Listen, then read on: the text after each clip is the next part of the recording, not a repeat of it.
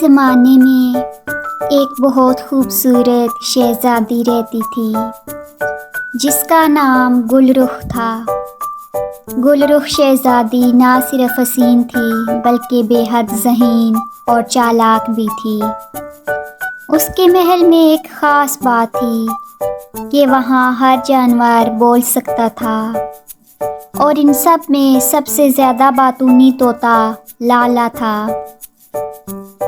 لالا طوطا ہر وقت بولتا رہتا۔ اس کے پاس محل کے ہر فرد کے راز تھے اور اس کا شوق تھا کہ وہ یہ راز سب کو بتاتا رہے۔ جیسے ہی کوئی راز ہاتھ لگتا وہ محل کی فصیل پر بیٹھ کر زور زور سے سب کو سنانا شروع کر دیتا۔ ایک دن شہزادی گل رخ کے دوستوں نے اسے تنگ کرنے کے لیے کہا کہ شاید لالا طوطا اس کا بھی کوئی راز جانتا ہے۔ شہزادی نے ہنستے ہوئے کہا، کیا میرا راز دیکھتے ہیں؟ لیکن وہ اس بات پر حیران ہو گئی کہ طوطا واقعی ہی کچھ ایسی باتیں کر رہا تھا جو صرف اسے ہی پتہ تھیں۔ شہزادی کو اندازہ ہو گیا کہ لالا طوطا اس کی ہر بات چپکے سے سن لیتا ہے۔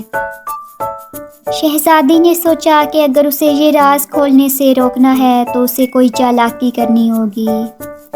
چنانچہ اس نے لالا طوطے کو سب سے قیمتی راز بتانے کا فیصلہ کیا۔ اگلے دن اس نے طوطے کو چپکے سے کہا، لالا، میں تمہیں ایک بڑی بات بتاتی ہوں لیکن کسی کو بتانا نہیں۔ محل کے پچھواڑے میں ایک بہت بڑا خزانہ دفن ہے، لیکن دھیان رہے اگر کسی کو پتہ چل گیا تو وہ خزانہ جادو کی وجہ سے غائب ہو جائے گا، کیونکہ وہ جادوئی خزانہ ہے۔ لالا طوطا نے یہ سن کر راز کا عہد کیا، لیکن اگلے دن تک اس کا دل زور زور سے دھڑک رہا تھا۔ آخر کار اس نے خود پر قابو نہ پایا اور پورے شہر کو یہ بتا دیا کہ محل کے پچھواڑے میں ایک بہت بڑا خزانہ دفن ہے۔ اگلے دن جب پورا شہر پچھواڑے میں خزانہ ڈھونڈنے آیا تو وہاں کچھ بھی نہ تھا۔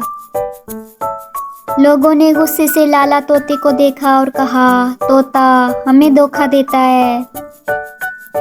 لالا طوطا شرمندہ ہو گیا اور محل کی فصیل سے اڑ کر شہزادی کے پاس آیا اور بولا، شہزادی صاحبہ، میں نے وہ راز بتا دیا ہے اور مجھے معاف کر دو۔